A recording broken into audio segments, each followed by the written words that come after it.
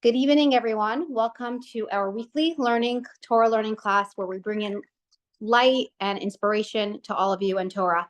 We always like to start off with giving because how we give, that's how Hashem is going to give to us.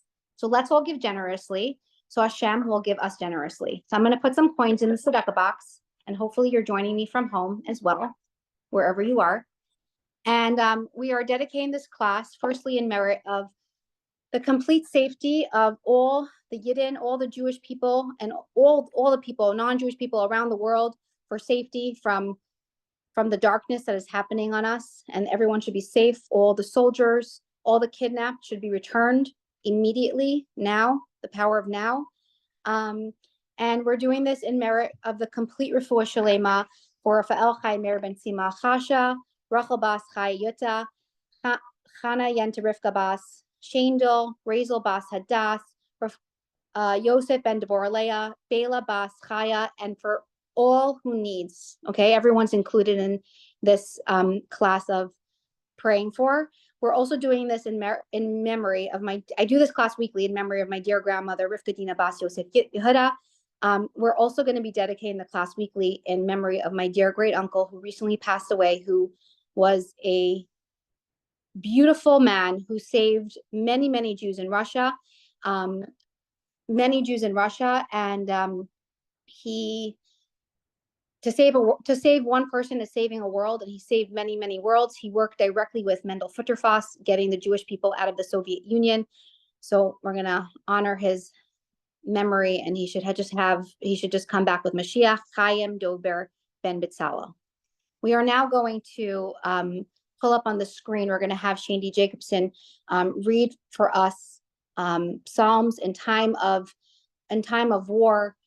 We turn to Torah, and in Torah it says that we should increase in tzedakah, in Torah learning, and mitzvos. So that's what we're doing tonight, and also and prayer. So we're going to now pull it up on the screen. If everyone can recite it from home together. Thank you. Thank you so much, Aya. And I just want to say Amen out loud to all the beautiful brachas, all the beautiful blessings that you gave us.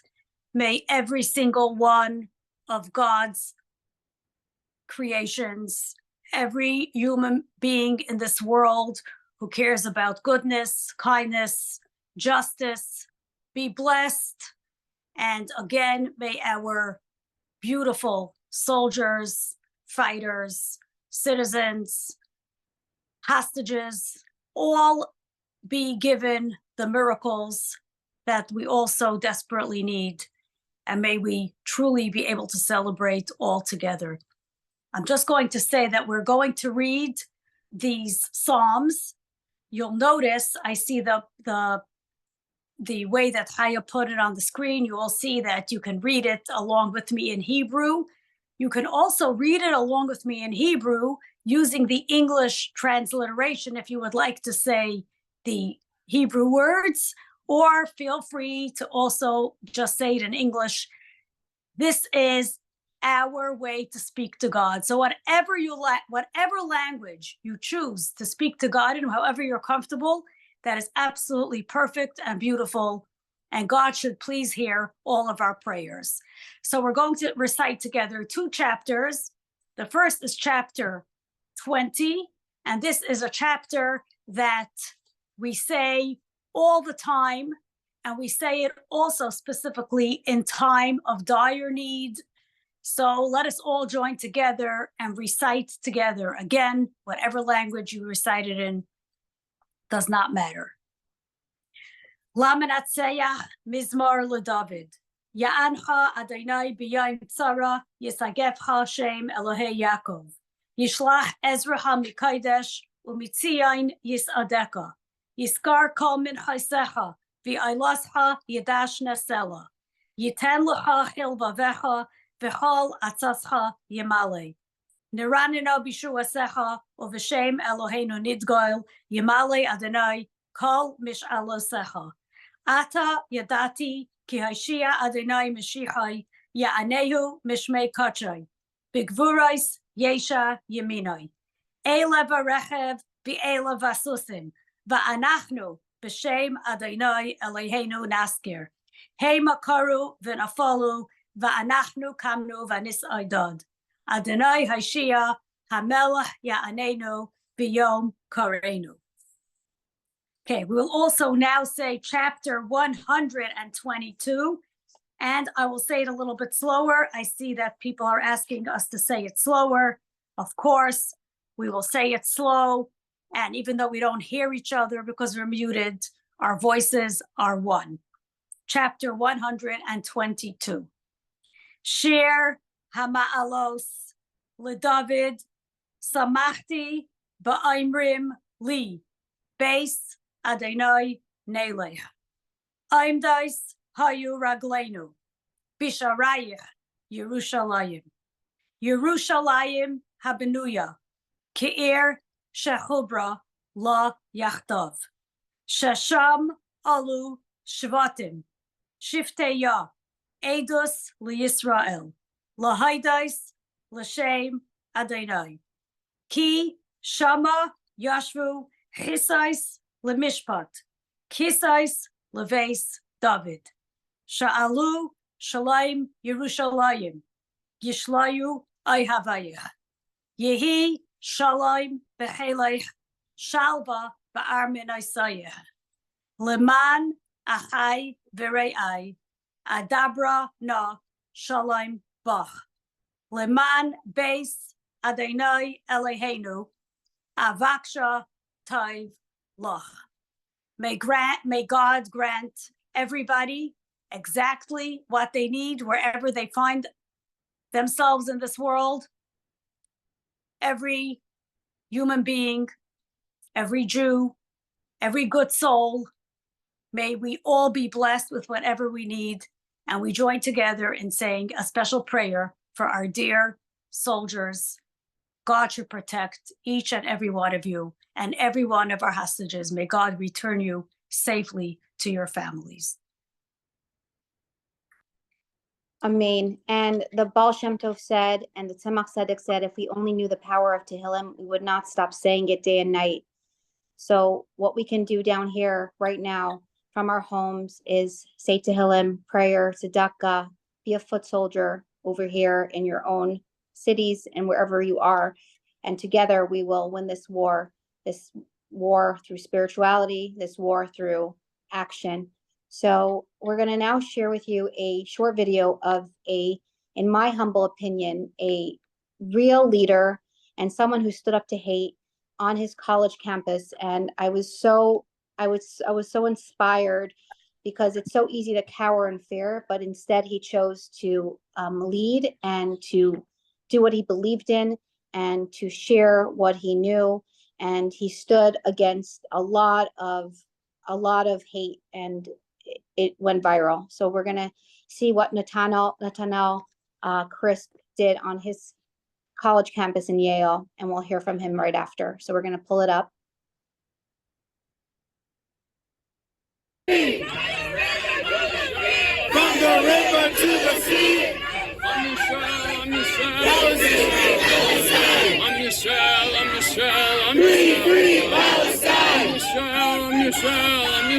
free Palestine.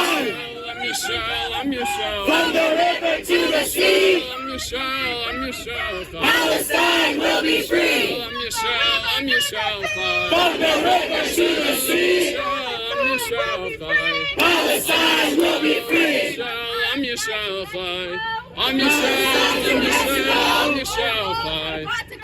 Border walls have got to go. From Palestine to Mexico. The border walls have got to go.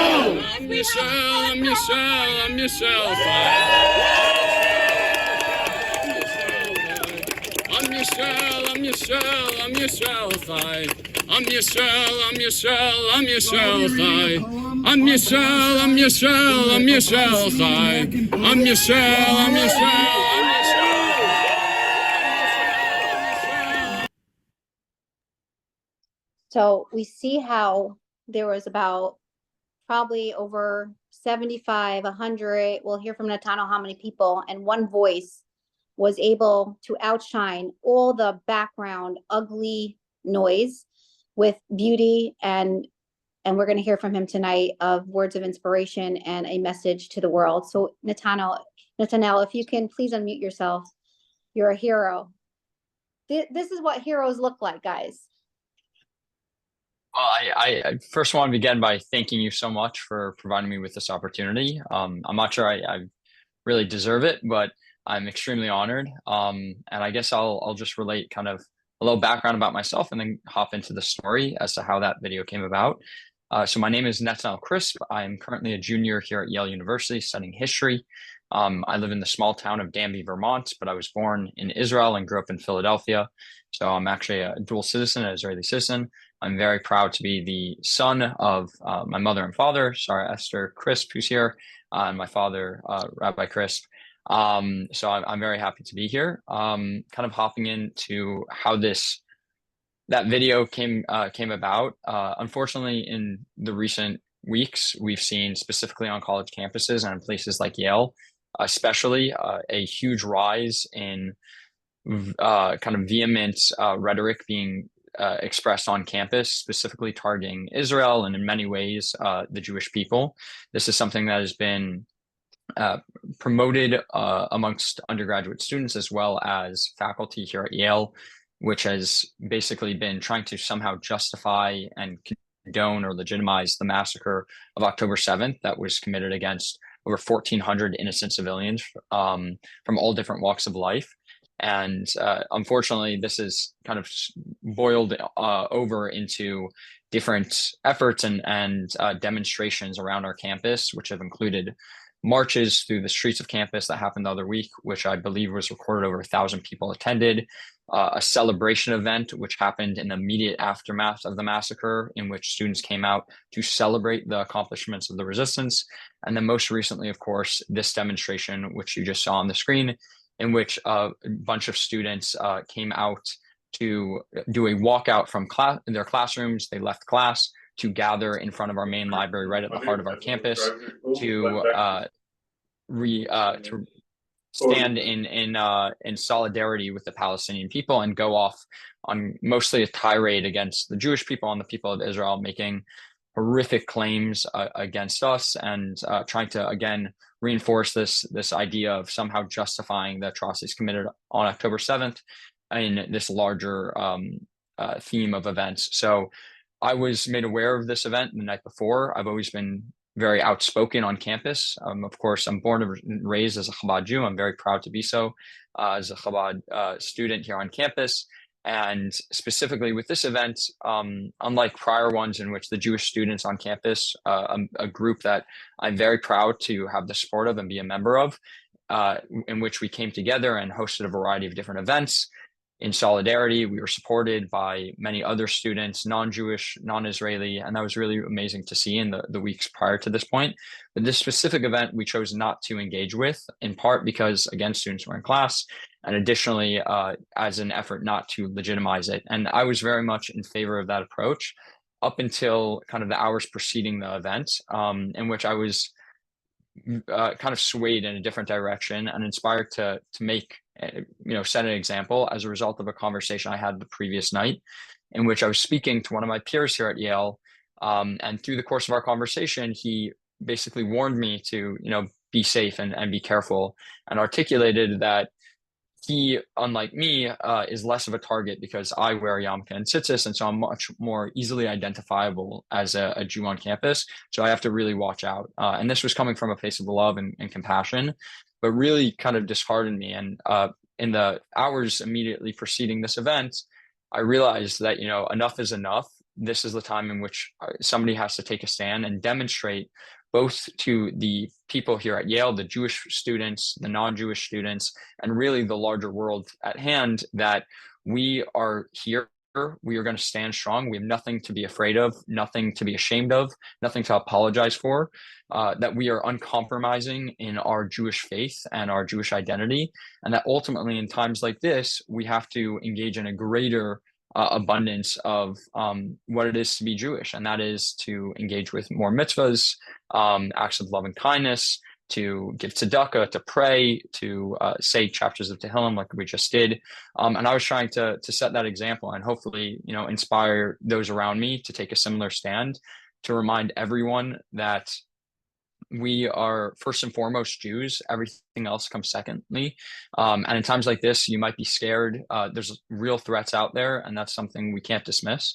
But the last thing we can do is try to ignore or remove ourselves from what it is that's most important, and that is to be Jewish, and to be proudly and openly Jewish here on campus.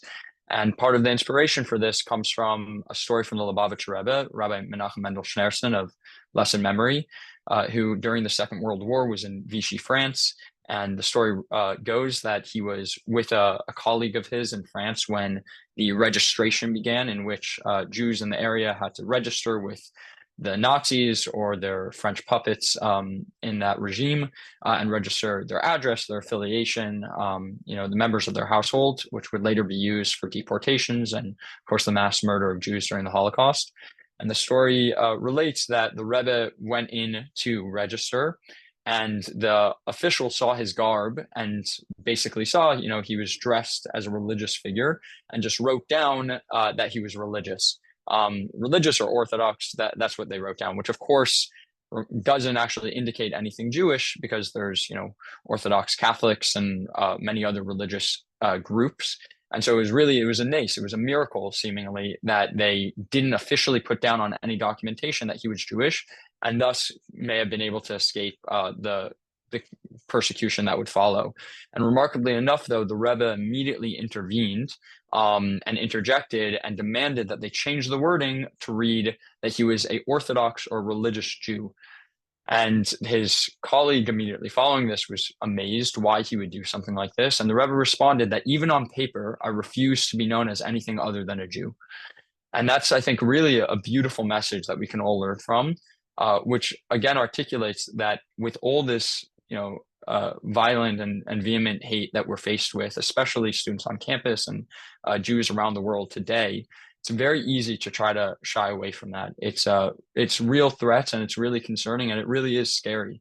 But in moments like this, we're provided with an unusual and unique opportunity to express our Jewish identity in a way that may have not been done before, to commit to a greater abundance of acts of love and kindness, and that is ultimately what we have to strive for in these times of darkness, to bring light into the world. As the Alter Rebbe communicates, Rabbi Shner Zalman of Liadi, that a little light can dispel a lot of darkness. So that's ultimately what our mission is here on campus, to remember that all Jews, specifically in these environments, are first and foremost shluchim, that we are ambassadors of the Jewish people, that we are here to be a light onto the nation, to promote the values of Judaism to the world, and to help transform these environments around us for the better. And so when I took that stand, I wasn't there in the form of a counter protest. I wasn't trying to be louder than anybody else, but I was trying to set an example that me alone, as one individual, can dispel all the hate that surrounds us and can overcome that. And there's nothing for me to be afraid of in that moment, nothing to be ashamed of, that I can stand there proud, owning my Jewish identity, wearing my tefillin, wearing my hat and jacket. And that was something that was really important for me in that moment. For just kind of context, I didn't calculate specifically, but my estimation, I was there for over an hour and a half throughout the course of the event. And there was probably around 300 people who came and went. And so I think hopefully sowed the seeds of doubt for many of those who came there either out of ignorance or blind hatred, that, you're standing up against something that is much better and positive than you may have previously known, and hopefully will inspire them to reform their actions and to educate themselves in a more positive way. So that's ultimately what I was trying to communicate here. Another just quick analogy to this is in a conversation between Prime Minister Golda Meir and I think it's Henry Kissinger. Henry Kissinger relates to the Prime Minister that she has to remember that he's first and foremost an American, secondly the Secretary of State, and thirdly a Jew. And Golda Meir responds in a brilliant fashion, relating that he has to remember that in Israel we read from right to left. So first and foremost, you are a Jew, and that's something I would encourage all students on campus around the world to commit to recognizing and to embodying in their day-to-day activities, to own that, to see this as an opportunity to wear their Star of David necklace, to wear their yarmulke, to light Shabbos candles, to wrap tefillin, to engage in these different acts, and to be proud and unyielding in their commitment to who they are and to their identity as members of the Jewish family. So remembering that we're all in this together, none of us are ever truly alone, and we all have a tremendous purpose and opportunity and responsibility to bring more light into this world here and now. So that's kind of my brief message. Wow, thank you. Sometimes less is more, and you gave us so much to take away with, and thank you.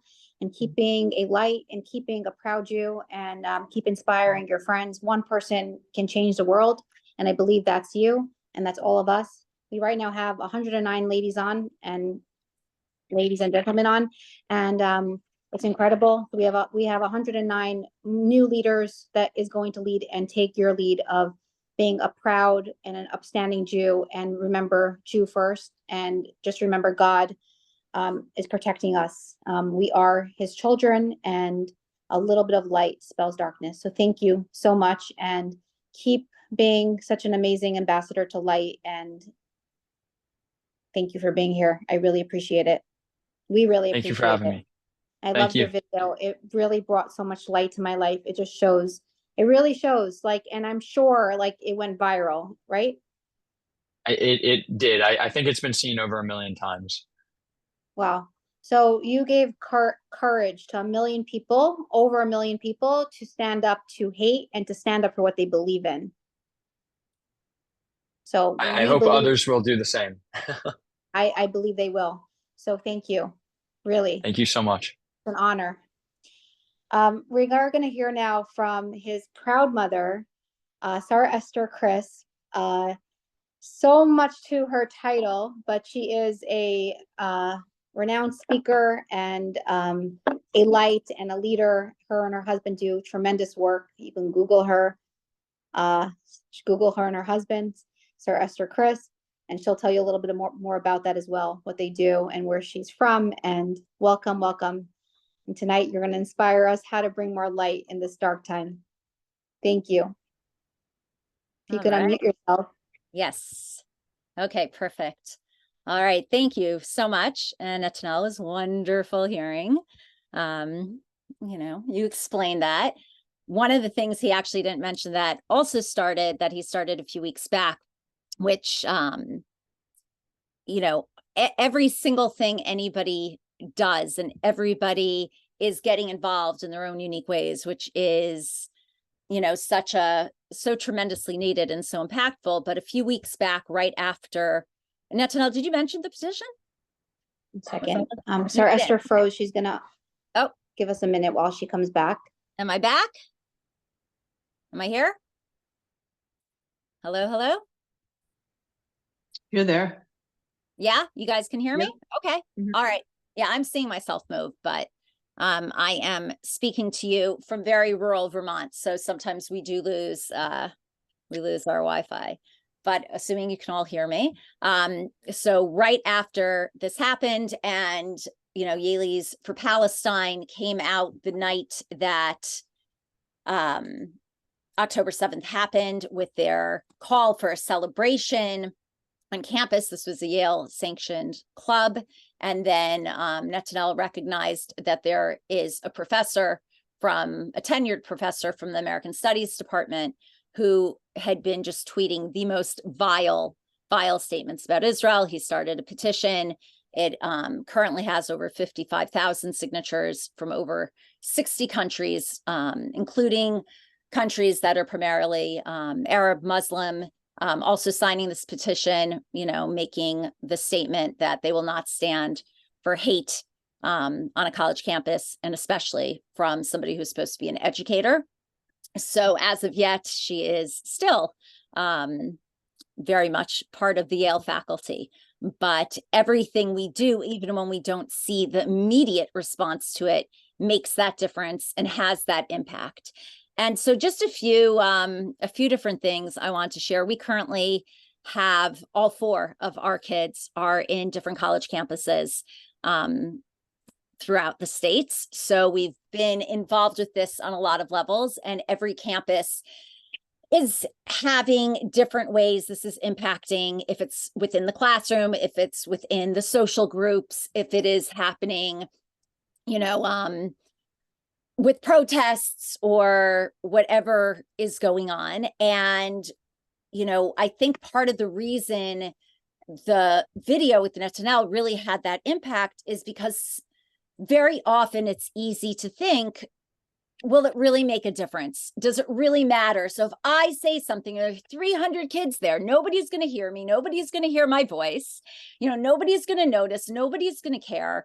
And what we underestimate is there may have been 300 kids at that protest, many of whom I'm sure did not hear Netanel, because for sure his voice, was out, was going to be silenced by so many other voices, except for the people that stood, close with him. He did manage to get himself on a chair. He is not 8 feet tall, as some people were wondering. He was standing on a chair when that happened.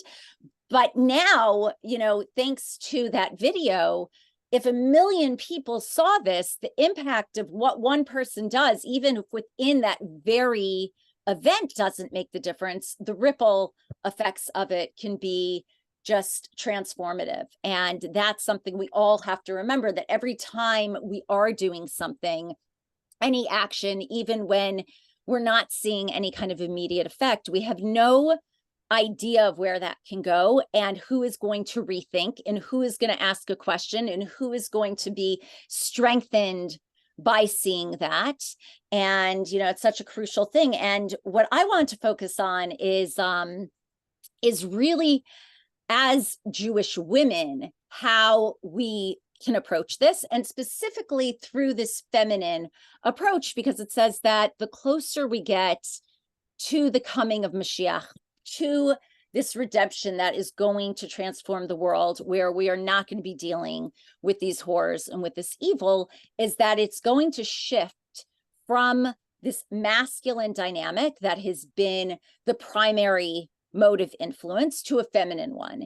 And that is not men versus women, because both men and women have masculine and feminine traits. Men, generally speaking, are more dominant in their masculine traits and women in their feminine, but we have both, and we flip-flop constantly with whatever is coming forward. But we're heading into this feminine approach. We're not even heading into it. We're already in it. And now it needs to come that much stronger. But one of my favorite stories that I heard over the years, one of my heroes growing up was Mr. Rogers. And he had a very powerful story he shared that he remembered as a child, that when terrible things would happen, and when scary things happened, and when there would be these, events and these traumatic situations, his mother would always tell him that in the midst of the horrors, always look for the helpers, always look for the people who are running into the disaster, who are coming to help, who are there to, offer that support and that guidance and that love and that healing.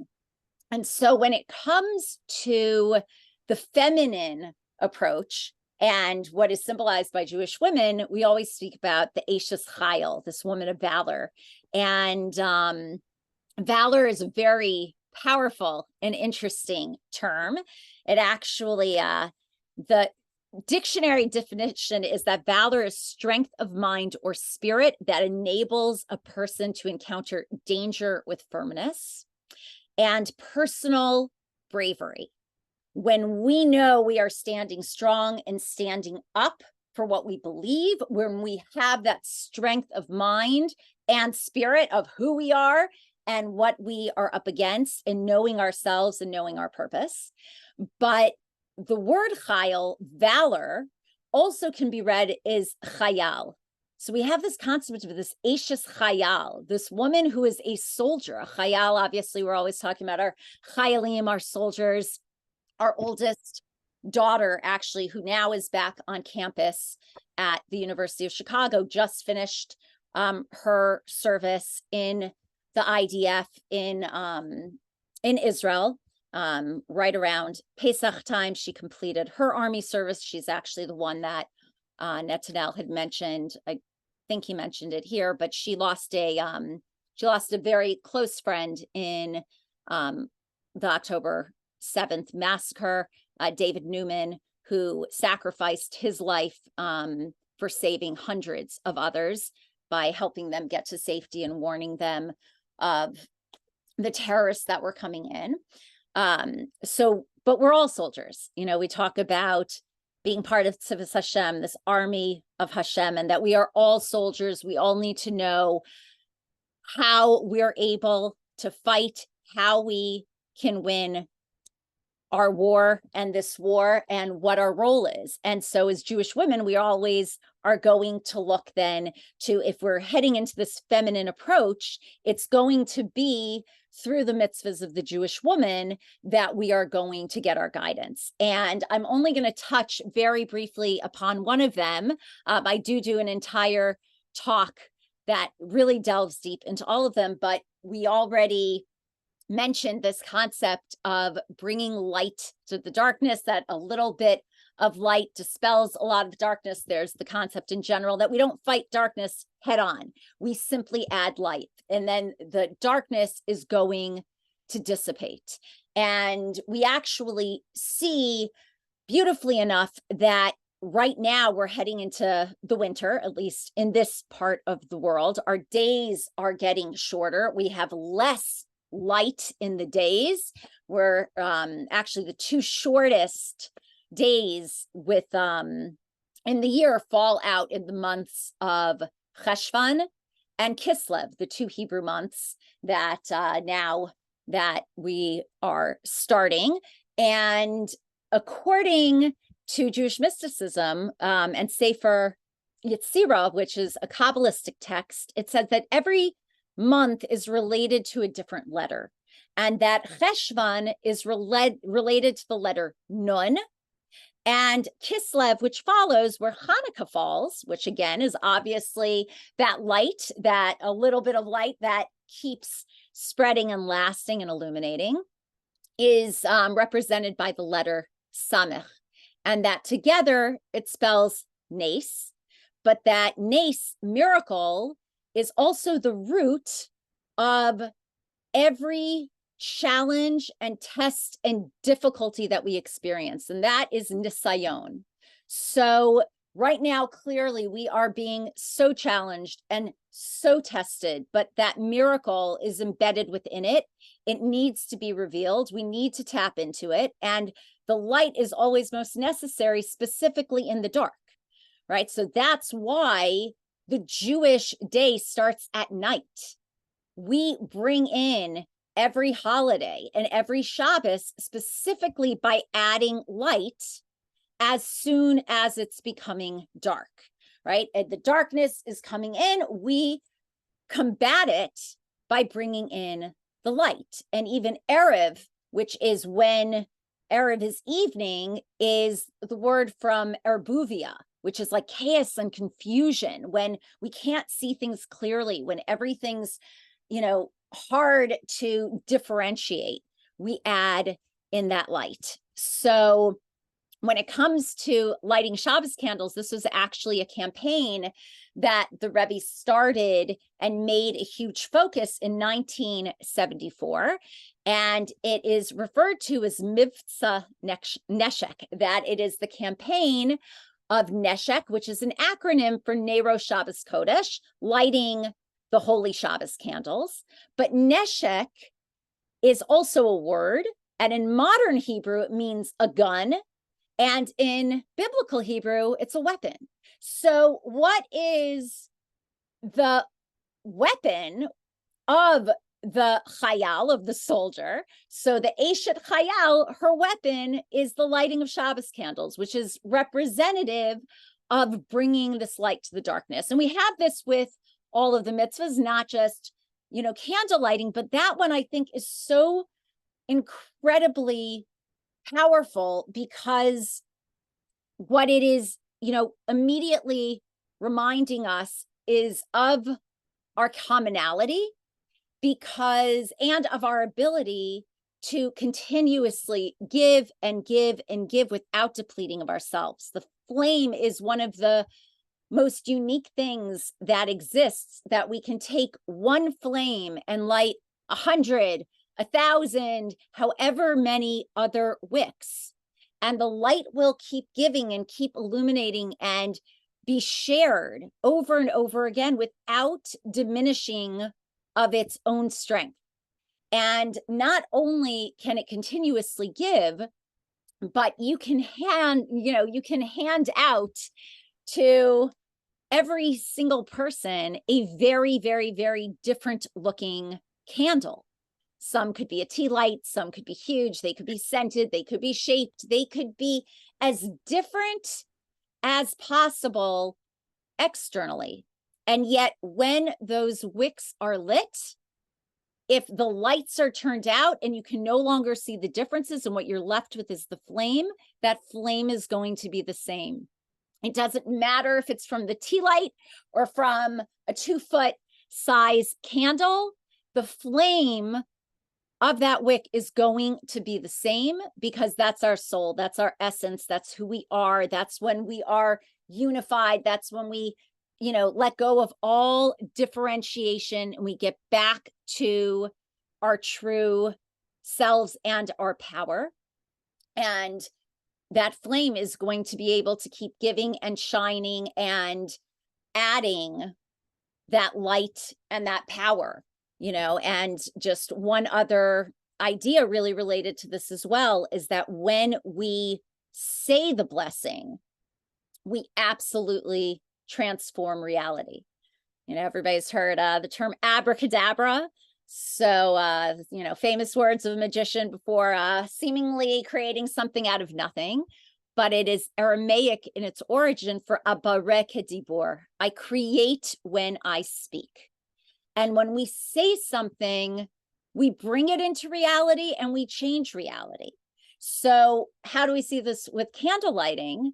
Is that when a woman chooses to light the Shabbos candles prior to when Shabbos would already come in.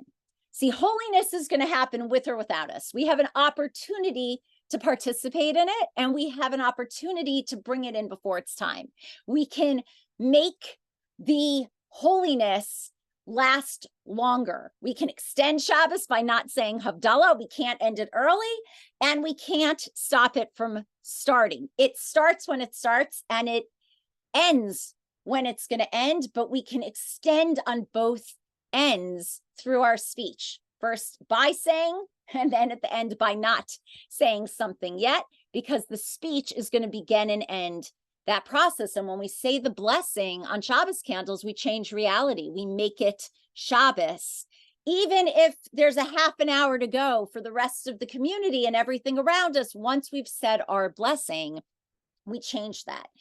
And I think that's also very crucial now to remember and recognize the power of our words, how we are speaking, how we are talking about the situation, the need to have hope and to be optimistic and to be solid in who we are, to make sure we know what we're saying and we're proud of what we're saying and we are confident in it, to find our voice, to use our voice, to know the power of our voice. I mean, one of the things, always when you read comments on anything, there were beautiful, beautiful, extraordinary comments about what Netanel did. But every so often you'd get, the whole thing must be fake. There's no way one voice could have been heard like that.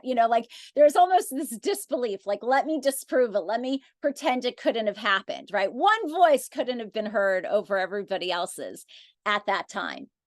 But to remind ourselves that our voice absolutely matters and our words are going to, remain once they're said. So to be ensuring that those be words of positivity and words that are going to unite us, and use words that are going to give us hope and that are positive and are healthy and are loving. We even know that the word itself, peh, which is the word for mouth, is numerically equivalent to 85, which equals ahava and chesed, love and kindness. And that is how we're supposed to be using our voice. And we actually see that when we use our voice to connect and to educate and to inspire and to empower and to share and to unify, that unity, which is always represented by us being as one, echad, is numerically equivalent as well to 13, which is the same as ahava, which is love. That, you know, we have this responsibility now to say the truth and to stand strong and to use it and to use our voices in a way that are going to create change and let people know that we are strong about who we are and we are not going to be silenced, and nobody is going to take our voice away from us or make us scared to say what we believe. And it also gives other people an opportunity then to speak to us and to ask questions. Not that everybody is open to communication, and we need to know how to differentiate, but there are many who are, right? There are many who really are just ignorant and are uneducated and are looking for an opportunity to learn. And when we, you know, stand strong with who we are, we provide them with that. And we are then able to share and really share that light, and to just really end with how we see that beautifully enough, that healing, refuah, right? The word for healing in Hebrew is from the same letters as or peh, the light of the mouth. So it's specifically when we light our candles, when we bring this lightness to the dark, that as Jews, we are always going to fight dark with light. We are always going to fight death with life. We are always going to fight evil with good.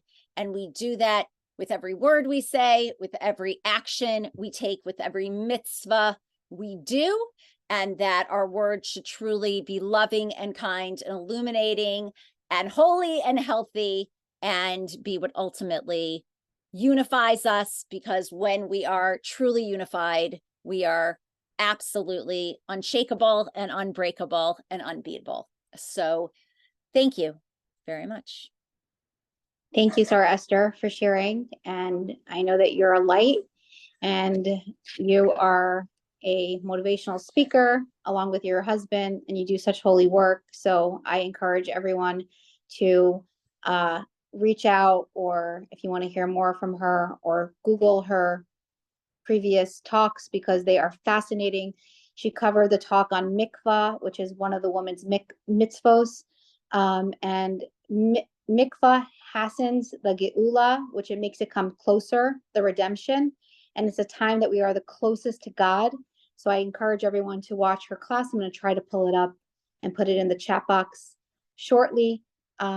So ladies, if you need some, if you need a refresher on mikvah, or you want to learn about mikvah, please reach out to me and I will connect you to someone that can really bring this beautiful mitzvah to life, because it's literally a gift that we have, that we are so close to God when we do this mitzvah. So thank you, Sarah Esther Crisp, for sharing. So special to have you. It's an honor and a privilege. So thank you.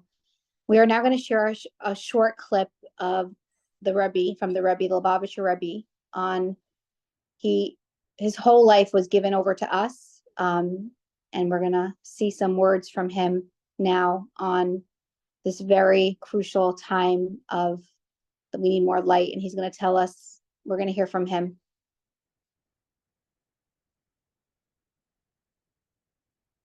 Man nimmt Neshek bejagt und man stellt sich weg à la Gvul. Selbstverständlich, alle hele Reich darf man verstärken den Neshek Ruchni, wo das der Emissar Beschützer von Aiden Wohlgefinzer und der Emissar Beschützer von Eretz Israel, der Land, was hat allemal gehört zu ihnen und gehört ich zu ihnen. und wird gehören zu Jeden, Tomid Leilo. Ist solig, will ich sehen, alle ihre Gewulles, wo der Emisser Neschek, wie der Ewigster hat gesagt in klare Werte, in Teraseno, Teras Chaim und Teras Hemes, im Bechugesait der Lecho. Wie Chazal taschen ob ein E-Mail, loschen Tachnunim, der Ewigster besser bei jeder Iden. Als nicht gucken dich, was sie gewähnt sein an Hoge bis an der Rege. Als Alkohol von ihm sein mit Malle Hister, dem ewigsten Tachnunim, und gebe Chukesai, und hielt auf mit zwei Sätze Schmere, was hieß er Messer, und das ist der einzige Weg, als von Asati geschmechen Beito, wenn Asati Schol im Bohres, und schaffte wie ein Machri. Der Fall, was der Tiefel allein im Mosowa Facher, wie bald als sie sehen, ki Shem Hashem Nikro Lecho, teilt aus der Bejorum nicht mehr kam, wie hilft sogar nicht onlech Atchile, schäfe mit ihnen. You see the Rebbe's words, when we stand true and we connect to our roots, and really stand strong for who we are, no one can touch us and no one could break us and no one could get to us. So ladies, let's do something extra Jewish today. Bring extra light in the world today. There's a role for all of us to play, whatever it is. And we will talk about it later on in the Farbringen. We're now going to hear from Sarah Esther Crisp. We're going to share her screen. Sorry, not Sarah Esther Crisp. Korn. Sarah Korn. They're very good. They're good, very good friends. Sarah Korn, from a campus. She's a campus shlucha and a shlucha in Manhattan. So give us a moment while we pull it up. Class, you have the most amazing speaker. Good evening. Now we're going to introduce to you our dear friend, sister shlucha from the Bowery, Chabad House of Bowery, and is also a campus shlucha, Sarah Korn. Please share with us words of inspiration, words of wisdom, and stories that you're encountering daily. Thanks so much for being here. My pleasure, Chaya. It's always a pleasure to be on your class. You have the most amazing speakers. It's an honor to be here tonight with Sara Esther Crisp and her son. Yeah, just so beautiful and so inspiring.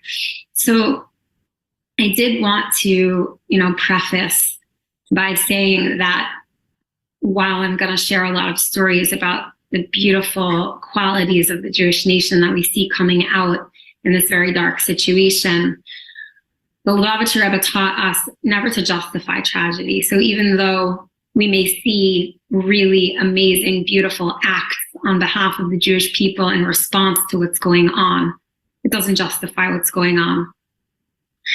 And I just wanted to preface with that. I think that's really important. Please God, we will see salvation and we will come to the time of the redemption, which is basically a time when this world will be a place of only goodness and peace. So, on Simchas Torah, the last day of the holiday of Sukkot, which we were celebrating when we started hearing news of what had happened in Israel. So that was obviously very intense for us. We don't use our phones, obviously, on the holiday, but our doorman's a not Jewish man, very, very sweet, kind, like everybody in our Chabad House loves him. His name is Herbie. And so he told us because he heard what was happening. And so, over the holiday, we did also start to hear from different people that stopped by the Chabad House who were using their phone because maybe they don't observe the holiday. They were telling us what was going on. So we were definitely hearing about it. And, Simchas Torah is a holiday that's all about joy. So it was definitely put us in a tight spot because on one hand, the Lubavitcher Rebbe taught us that the way to combat darkness is through adding in light. And Torah and mitzvahs, Jewish holidays, Shabbat, all of the mitzvahs, the commandments that God gives us are the way that we add light to the world. So we knew that the best way to respond to what was happening in Israel in that moment, literally it was still going on or it had just happened, was to actually celebrate Simchat Torah, right? To dance with the Torah, to dance with our fellow Jew. And it was so hard. But my husband kept telling my students the response to this has to be to celebrate even more than you normally would. So it was such a moment of feeling this feeling of bitterness on one hand, tears on one hand, and joy on the other hand. And it actually says in the Zohar and Kabbalah that we can hold two emotions in our heart at the same time. But it's a difficult thing to do. I experienced it also a similar thing when I lost my brother, because it was like this intense ache and this intense pain, but that intense ache and that intense pain also showed me how much I loved him. So it was this almost like this intense feeling of love that also had this flip side of this intense feeling of pain that he was gone. So it's very similar, and so that's what Simchat Torah was like. So basically, at the last hakafa. So in Simchat Torah, we dance around with the Torah. For those of you who are not familiar, and the 7 what we call hakafa, 7 times that we dance or say these different Torah verses, and we go around the bima with the Torah. So in the last hakafa, the last time when we go and dance with the Torah, we have a custom in our Chabad house that we go around the block. So in Manhattan, our block is basically, it goes over 4 streets in Manhattan, and on each corner, my husband stops, holds the Torah. It's not just him holding the Torah. There's usually a few Torahs, like 3 Torahs, and they all try to jump up onto like a high perch. A lot of stores have things outside of them where they can jump on top of it, and my husband will start saying words of inspiration to inspire us, and then the whole congregation of hundreds of students start dancing and singing on the streets. And it's a really, really inspiring, beautiful sight to see. And every year we have non-Jewish participants who stand there and they're videoing us. It's Yom Tov. There's not really anything we could do. It's the holiday. We don't use our phones or record ourselves, but there are people down the block recording us. It happens every year because it's such an inspiring sight to see Jewish students with such Jewish pride. So this year was very intense, obviously, because we had heard of what had just happened in Israel. And so it was in between dancing and singing and speaking words of inspiration, we were all crying. So it was crying and dancing and singing and celebrating while also just feeling so much pain for what's going on in Israel. And unlike previous years where generally it's non-Jews off to the side kind of videoing us and seeing what's going on, we had a lot of Israelis come over to us. I'm Jewish. It was if you were a Jew, even normally secular Jews kind of just maybe if they see what's happening, they stand there and they'll watch us or whatever. But this year they were coming over to us. I'm Jewish. It's amazing because you would think that what's happening in Israel might make you want to hide that you're Jewish, but it's not. It's they were just drawn to it. They just wanted to be with us. And I remember one really touching moment. My husband, it was right outside of our Chabad house. It was the last time my husband stood up and he was speaking. He actually got put on Twitter. Someone saw it and recorded it, and it got 50,000 views or something like that. And my husband was speaking words of inspiration, and then right after he finished speaking, as my students were about to go pile back into the Chabad house to go finish the service and have lunch, one woman just walks over with her husband, an old woman, and she looks at us and says, "I'm Israeli." And she's literally just standing there broken, just needing her people.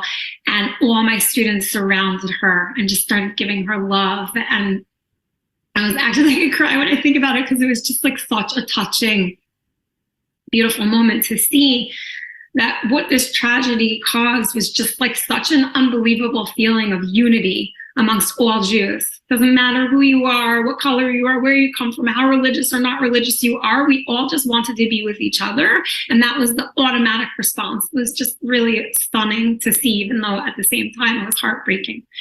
So one of my students, so actually she's my student now. I didn't know her before this happened. Am I breaking up or it's good? Okay.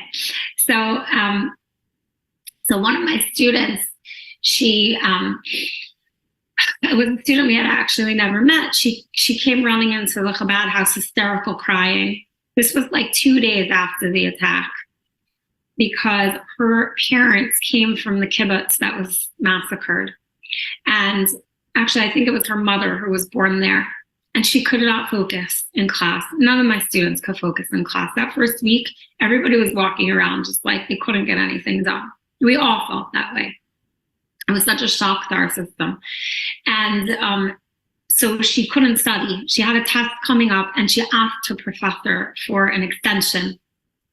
And the professor basically started lecturing her on how there's two sides to the story. Like, what kind of like human being does that? Like, it doesn't matter. You know what I mean? Like, it's irrelevant. You have a student in your care. She's your student. She's struggling because her family's homeland was massacred and she can't focus on a test. It's just, what you have to say. The only thing you say is, I'm so sorry that happened to you. And of course you can have an extension, right? Like, it's what any normal human would do. But that's not what he did. And she was devastated, like literally. And I mean, it's right. So she comes running to the Chabad house. And she, by the way, she'd never been to the Chabad house. We never met her before, but she knew, I have to find my local Chabad. I have to find my local Chabad. I know that's where I can go to find the warmth and the comfort and the camaraderie that I'm looking for. So she came and she ran into one of our students, and he didn't know what to do. Like, he was a young student, and here's this like girl who he never met, who was just hysterical, crying because of this incident with her professor. And he was kind of like, okay, I have to go find the shluchim, and like, they're going to help you. So my daughter, Liba, and her husband, Yisrael, like, run also a branch of our Chabad house. And they were home. So it was on it was actually on Erev. It was right before Shabbos on Friday. And he brought this girl to my daughter's house, and she just sat with them for hours. They ended up connecting. Turns out that this girl's father, usually when the Chabad people would come up to him on the street and ask him if he would put tefillin on, he would say no, you know, because he's secular Israeli. He's like, no, I won't put tefillin on. So she told my daughter that she called her father and said to him, will you put on tefillin now if they come up to you? And the father said, yes, now I would do it. So it's just unbelievable the way you see that the situation brings out people's souls. Like, all of a sudden, all the differences don't matter anymore. I'll put on tefillin with the Chabad guy that comes up to me on the street now. Now, of course, I would.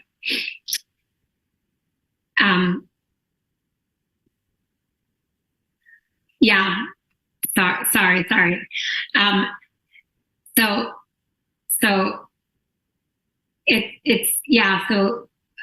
The Rebbe actually started the tefillin campaign. So tefillin is those boxes that the men put on their head and on their arm to pray.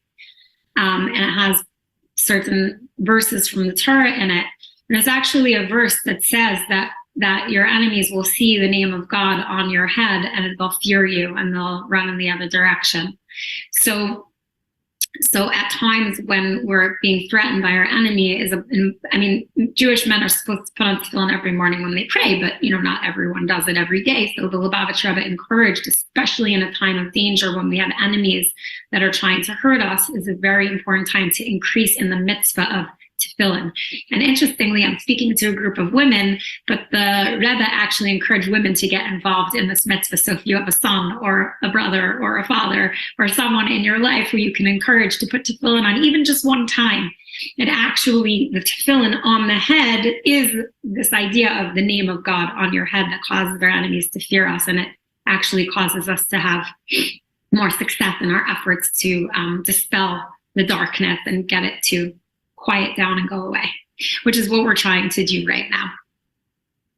And I also want to take this as an opportunity to just mention also that we are not taking revenge. Jews are not vengeful. What we're doing right now is taking a very evil terrorist organization out of power so that they don't hurt us and they don't hurt anyone else in the world either. The Lubavitch Rebbe actually said that when Israel is strong, and protects its borders, it doesn't just protect Jews, it protects non-Jews as well.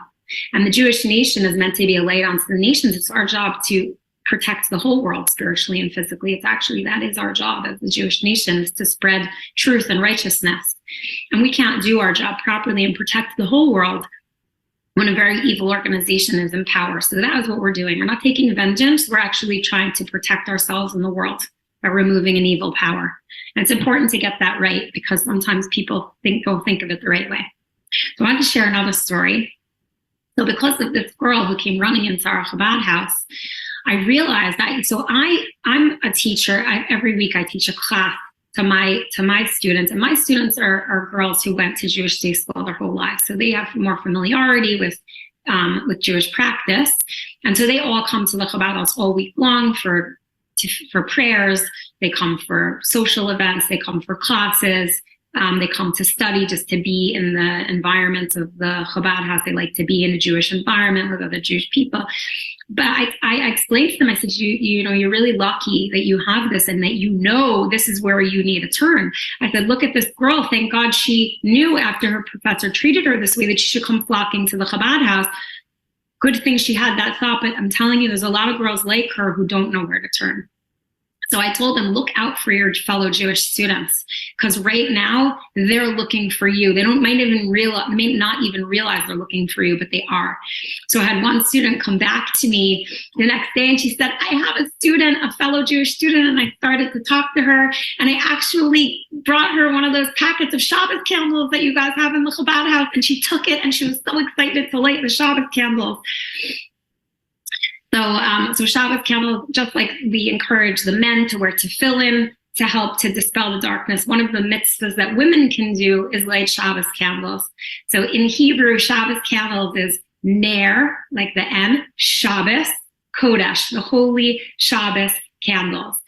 And if you take the word ner, Shabbos, Kodesh, and you just take the first letters, it spells out the word in Hebrew neshek, which means weapon. Right? So one of our weapons is the men wearing God's name on their head, that dispels darkness. And another weapon is women lighting Shabbos candles, that also dispels darkness. So this is the way the Jewish people fight darkness. Yes, sometimes, unfortunately, we have to actually fight a physical war, and that's painful. And Jews do not want innocent people to die, but we have to take this horrible, horrific enemy out of the world. But one of the main ways that we actually fight is through our mitzvahs.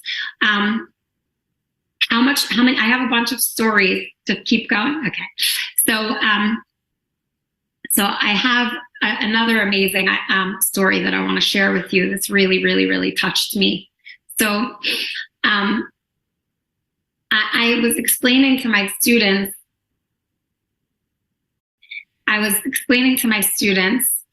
That.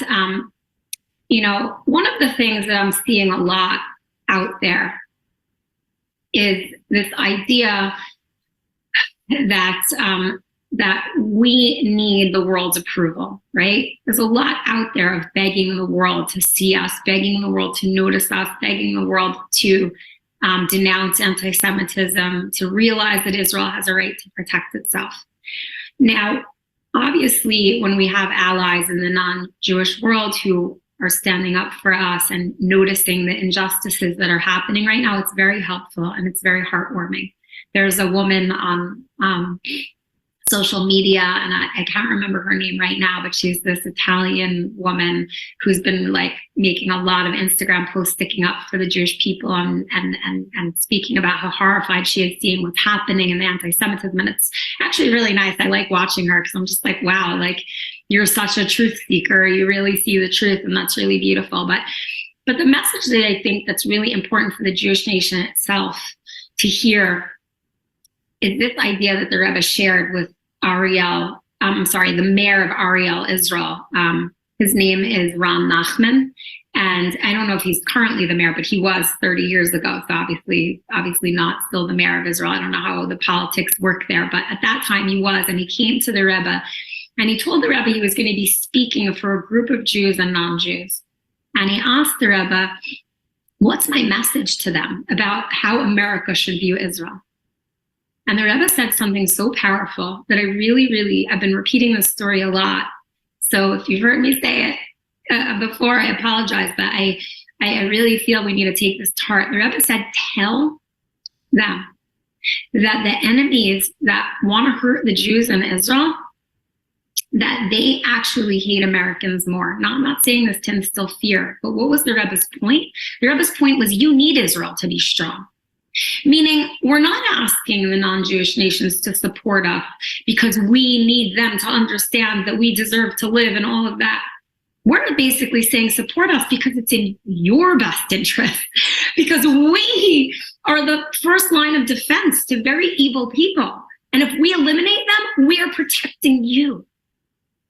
And it made me realize that there's a prophecy that it says in the redemption, which is this time that I was speaking about before of world peace, when this world is actually in its state of perfection, which God envisioned when he created it, is this state of a perfect, peaceful world.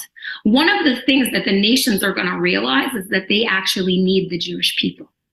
And I explained to my students that this is an absolute miracle. This doesn't actually make sense. But if you look at the Jewish people, you realize that we are a miracle. How are we a miracle? Well, first of all, with this week's Torah portion, Parshas Vayera, Hashem comes to Abraham and Sara and tells them that at age 90 and 99, they're going to have a child. So the first Jewish couple's child, that was our forefather Yitzchak, was born through an outright miracle. So we started on miracles. Then if you look at the Jewish people throughout the generations, we shouldn't be here. Every single nation that has tried to eliminate us is gone. And they were huger than us, way bigger than us, way more powerful. We're this tiny little nation. We make up less than 1% of the world. And yet we're still here and they're gone. And now look at the current situation in the world. How does it make any logical sense that 7 billion people in the world are dependent on our little country, Israel, that God gave to the Jewish people to protect and to inhabit? That if we're protected, the whole world is safe. And yet God set it up that way. So in the nations realizing that they need us and not the other way around, that is in and of itself a miracle. And it's the fulfillment of one of the prophecies that they're going to recognize that the world is dependent on the Jewish people, because we're laid onto the nations. That's how God made it. It's a spiritual truth. And so it manifests in a physical truth. So I want to tell you a story. So I told it to my students and I said to them, listen, I said, I know it's really, really disheartening when you see anti-Semitism, when you see people completely having such a twisted view of the true reality of what's actually going on. I said, but more important than them knowing the truth is you knowing the truth. Because when you know that you're not dependent on them, they're dependent on you, you're going to approach life with a different kind of confidence and a Jewish pride. And then they're going to come around because it's the truth and they're going to realize it. Anyway, and they don't have to get you. That's what I said. You have to do what you have to do and the world doesn't have to understand. Israel has to protect itself whether or not the world understands that we're actually protecting them in the process. So anyway, so the student of mine, she sent me the video. So she had to submit a project to her music teacher. And she was really only supposed to submit her like composing some kind of musical piece, and it didn't have to have lyrics. But she sent me the video that she sent to her teacher as part of the presentation that the teacher was gonna see, and then it was also gonna be part of a presentation that the whole class saw. And in it, she said, and she told me it was inspired by my class, that the Jewish people are laid, she didn't say it in these exact words, but what she basically said is the Jewish people are laid onto the nations. It's our job to do what we need to do, and never in the history of the Jewish people have we succeeded because we looked to other people for approval. We have to do what we have to do, whether or not we're understood. And she said, so therefore, I'm going to sing a song with my composition that I'm submitting. And it's in Hebrew. So most of you aren't going to understand it. But I feel like that's okay because I don't need to be understood. I just need to do what I need to do to stay strong.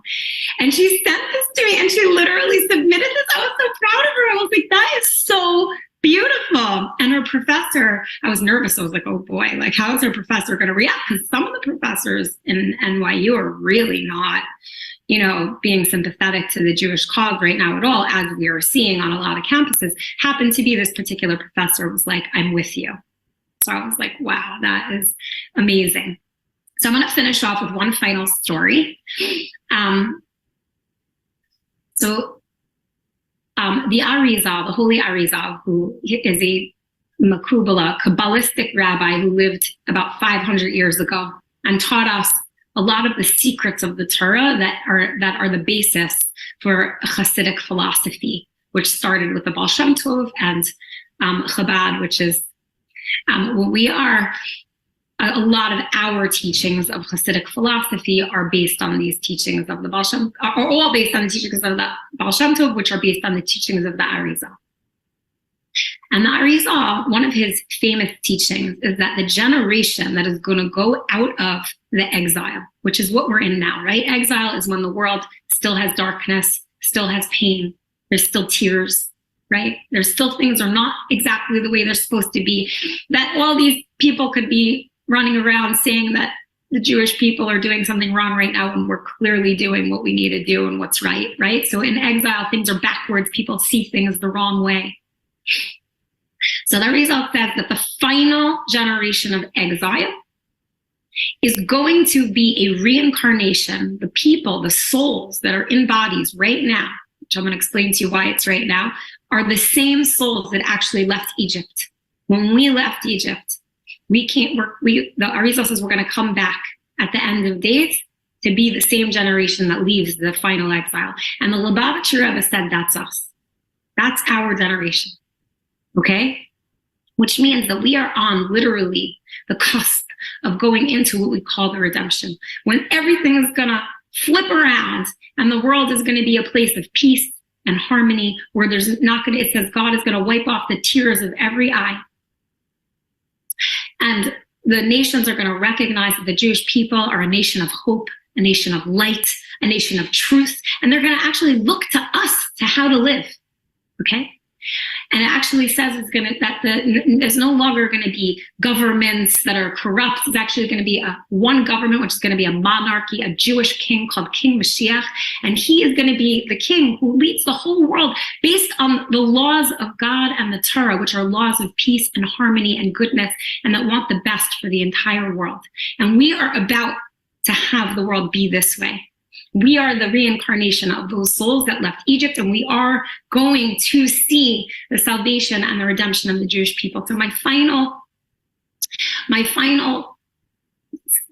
note that I want to leave you with is this, to hang on tight, to know that things are about to turn around and be good, that we should be positive. It says that what did the women do? What did those women in Egypt do? They made tambourines so that they were ready to dance with the redemption. And so I share this story with my students all the time, this idea with my students all the time. So they basically came to me. First of all, they're planning a tambourine making event in my Chabad House. This is my students. It was their idea.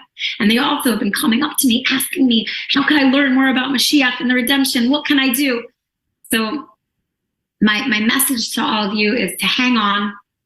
Try to be the simcha, even though things look a little dark right now. Know that this is the darkest before the dawn, that we are on the threshold of the redemption. Make a tambourine, join a class, learning more about redemption and Mashiach. And please God, we'll all be dancing together in Jerusalem very soon. May it be today. Amen. And thank you so much, Sara, for sharing your beautiful stories. I know you have so much more to share, so we'll get you again. And may we merit to have Mashiach now, and we will very soon, because we are a beautiful nation. The unity is electrifying. Thank you.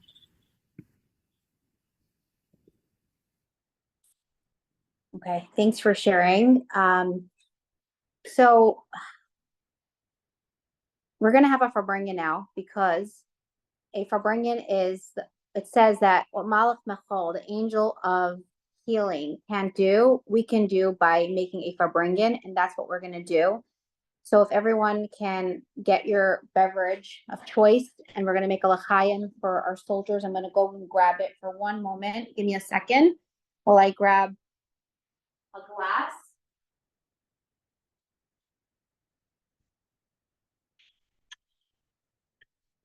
And I'm going to make a l'chaim, and I make a bracha on water. That's my choice today. Baruch atah Adonai Eloheinu melech haolam she'akol nהיה b'dvarai. The brachas at the bottom, my blessing is that Mashiach should come immediately and there should be no more pain and no more sorrow, and we should be reunited with our loved ones and no one else should get hurt, and all the people that were taken should come back immediately in a very revealed way. So I wanted to share with you, last week I shared with you how I made these packets of for the soldiers. Someone asked me if I can get some letters, and I went ahead and I said I want them to get more. So I got these 12 Pesukim books, which is protection for adults and children, verses from the Torah. And they each got a picture of the Rebbe and also a lollipop and a letter. So we're gonna now see the video of me of all the packets prepared. I'm gonna repeat it again because we have a chayal, a soldier in Israel that received it, and we're gonna hear the message from him. So give us a moment while we pull it up.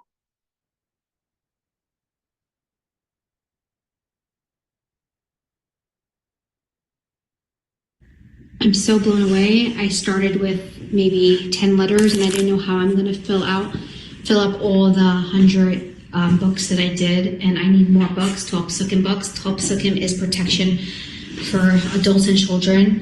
And then we sent the Chayalim a 12 Pesukim book with a Rebbe picture with Tfilas Haderech on the back and a really good lollipop and a letter in the back.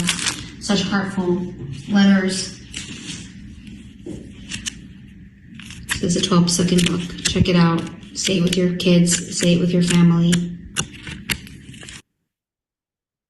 Okay, we're now going to hear directly from a chayal from Israel who received the packages. Give us a moment while we pull it up.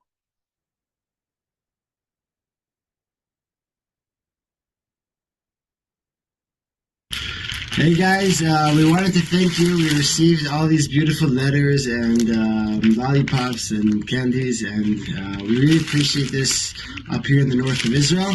I'll be happy to read one of those notes that we received, and this thing that you guys did for us, bringing these candies and just letters from the U.S. is something that it fills our hearts. It makes us understand what we're doing here and who we're protecting.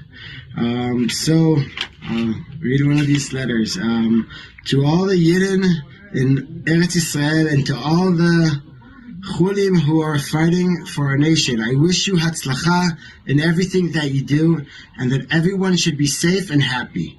And everyone who needs Refuah Shlema should have one. May Hashem avenge all the Yidden who were killed by the Arabs and help the army with their operations against them. We say Tehillim every day in school for you. Much aslacha, Moshe S. Thank you, Moshe.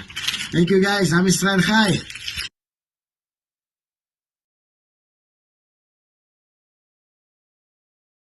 Important to publicize miracles, and thank God there are so many miracles that are coming out of this. I mean, there's so much tragedy, but yet there's so much beautiful miracles. And a girl was returned. She was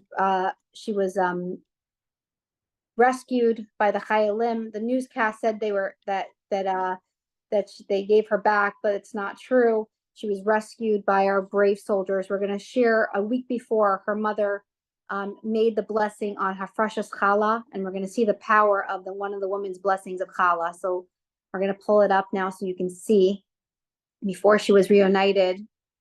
And right now, close your eyes and think about all our brothers and sisters that are waiting to be returned to their homes and their families that were taken.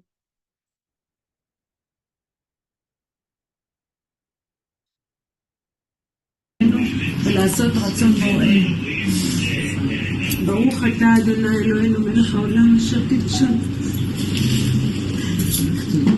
אתה וציוונו להפריש חלת תרומה. אמן.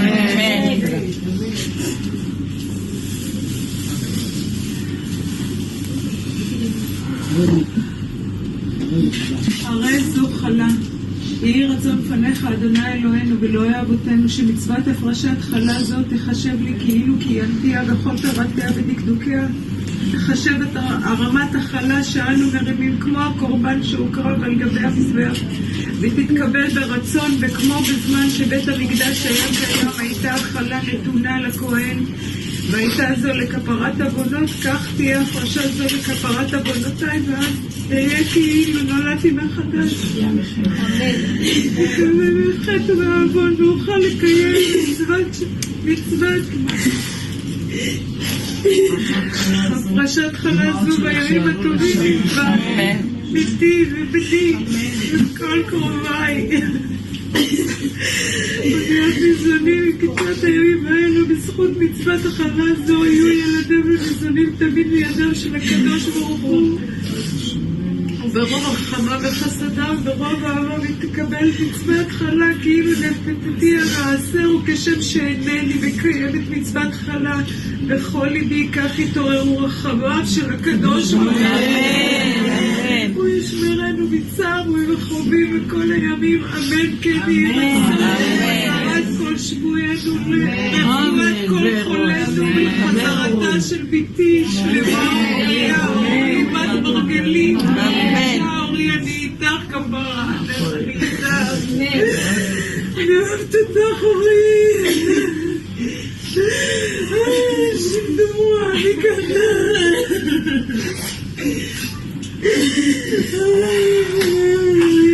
תשני אמא ואבא, דודה חנינה, דודה רינה, דודה חזימה, כולם בבקשה תראינו את השמיים ותחזירו את כל השבויים ואת כל החולים יקומו ממיטתם בורא העולם, בבקשה בבקשה בורא העולם, אוהבת אותך, מתה עליך בורא העולם, אל תחזב אותי בבקשה ממך, במהרה במהרה במהרה במהרה, אמן.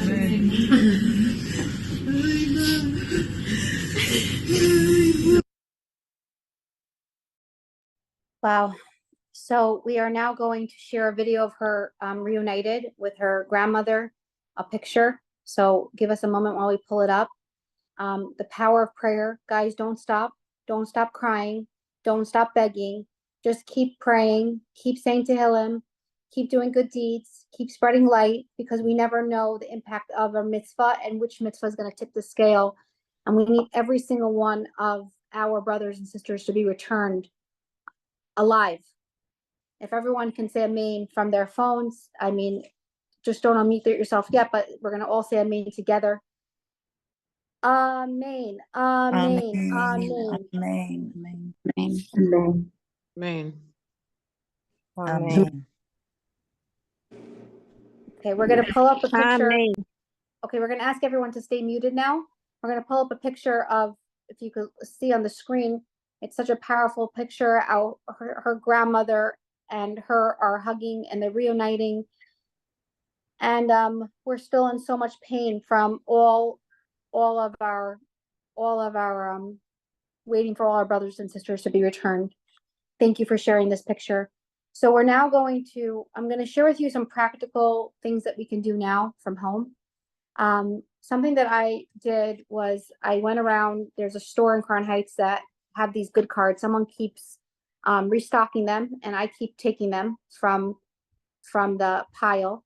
And I basically gave out just the other day over 100 of these good cards, and everyone is taking them. It's the 7 Noah laws. We have 613 laws that we need to follow that are given to us, and Gentiles around the world are given 7 Noah laws to make the world a brighter place and live in peace and harmony. And if we keep to these amazing laws that Hashem commanded us to keep to, we wouldn't be in what we're doing now. Everyone, this is a terrorist organization, what they're doing, and it's terror, and we must spread light. So I went around wherever I went, actually in the Crown Heights neighborhood, and I said, can I give you a good card? And the response was incredible. I'm going to show you one video of me giving a good card when I was in an appointment last year in Brooklyn Heights. So give us a moment while we pull it up, so you'll see how impactful this was and how people are really they want it. They want this so badly. So please, I'm begging everyone to do it from your homes and spread light. So give us a moment while we pull up the video.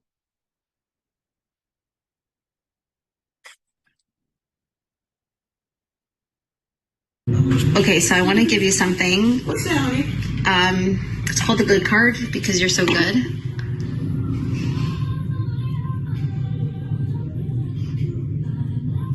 You're so kind. God, thank you. I love this. Where's my Grammy?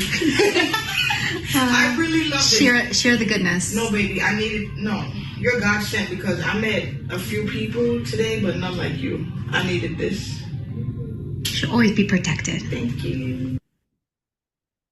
Thank you so much for sharing that with us. I want to share with you two more stories before we conclude. So on Shabbat, there was an amazing event called the Pagisha, where college students came in to Crown Heights. And I was going on my walk, and on my way back, I saw these three guys, and I knew they were visitors. And I said, guys, you have a minute for me? And they said, sure, we have nowhere to go. It's Shabbat, and we're on our program. So I stood with them, and I actually stopped a lot of different groups and a lot of different people. And I said, when you wrap, to fill in, when you wrap, tell your friends, it makes the enemies fear us. And then we started speaking, and I said, I know right now you're not wearing a kippah on your head, but I can see you're a proud Jew. When you go back to your college campuses, put on your kippahs, walk proud, don't be afraid. I know people are saying they're taking down their mezuzahs. Guys, mezuzah is protection. It's our security cameras. It's literally our protection. It's a very, very big mistake to cower in fear. And I told them, I said, check your mezuzahs. So ladies, check your mezuzahs. Make sure all the letters are intact. It's our protection. Candles are literally protection for war, for us to light. It brings more light into the world, and it protects us from the enemy. To fill in, really all mitzvahs are protection. It's beyond. We did a classes on the 10 Mitzvahs that the Rebbe put out. If any of you see the mitzvah tanks that go around in Manhattan, there's the 10 mitzvot that we're meant to be doing, and each one, we learned it together, is we learned that it's really protection for our homes and our family. So if you'd like to see those 10 classes that we did, it was fascinating, through stories and journeys, please reach out. We have a mezuzah class, we have a Shabbat class, we have a mikvah class I posted earlier, we have learning Torah classes, we have kosher, we have all the things. Kosher is they were all beyond, and it was people really loved it. So reach out to me. I put my number in the chat box. People are asking where they can get this good card from. Please reach out to me. I'm gonna connect you to the Mitzvayim shop. There's a shop that you can get it at, and I will try to connect you. There's also Shabbat candles you can give out. Everyone right now wants to bring more light into the world, even the people that didn't want to before. So if you live in buildings, ask your friends, are you Jewish? If they're Jewish, give them candles. If they're not Jewish, give them the 7 Noah laws, the good card. They're so excited to keep it in their wallet. I'm telling you, the response that I got on Kingston Avenue from Gentiles, they were like, what is this? They felt so good. I said, they're like, we're going to keep this in our wallet. Another one said, we're going to share it on our pages, on our chats. I said, please share it everywhere. Spread the light. And if someone says no, don't worry. It's okay. The next one will say yes. That person wasn't meant to have it now. And you never know if they will go home and think about the candles, or think about the tefillin, or think about the 7 Noah laws. But right now, we are desperate for foot soldiers down here, and that's what we must do, because the Chayalim need our protection, and that's through connecting to God and to spreading the light and spreading on everything, all the mitzvot. I want to conclude with a roll call of where all the ladies are from. It's pretty fascinating. We had 116 ladies live tonight. So many are waiting for the recordings from all around the world. So I'm going to give a roll call, and that means 116 new lights into the world, 116 of more mitzvot, 116 of more prayer. And don't just take this class and look at it like, oh, wow, a nice class to watch. Really live it, breathe it, and spread it, okay? And if you'd like to become an ambassador, you can. It's so easy. Reach out to me. An ambassador is someone that shares the class with their chats, with their communities, with their friends, with their families.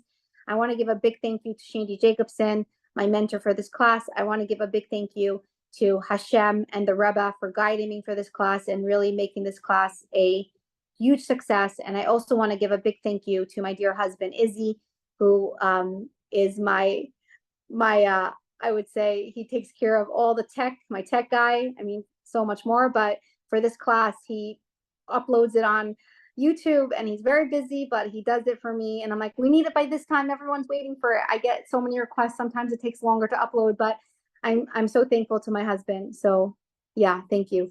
And so I'm going to give the roll call of our ladies that we had tonight. We have New Haven. We have Ottawa, Canada. We have Bay Harbor, Florida. We have Melbourne, Australia. We have Crown Heights, Brooklyn, many from there. Detroit, Michigan, a lot.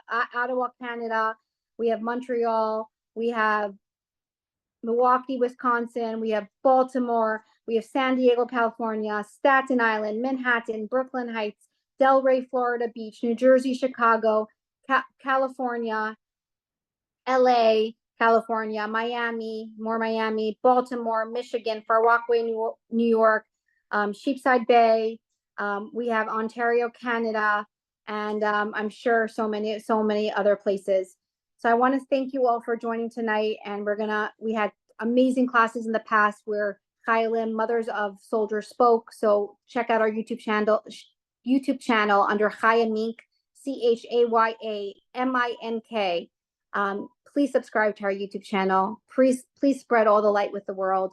And together we will help bring Mashiach now.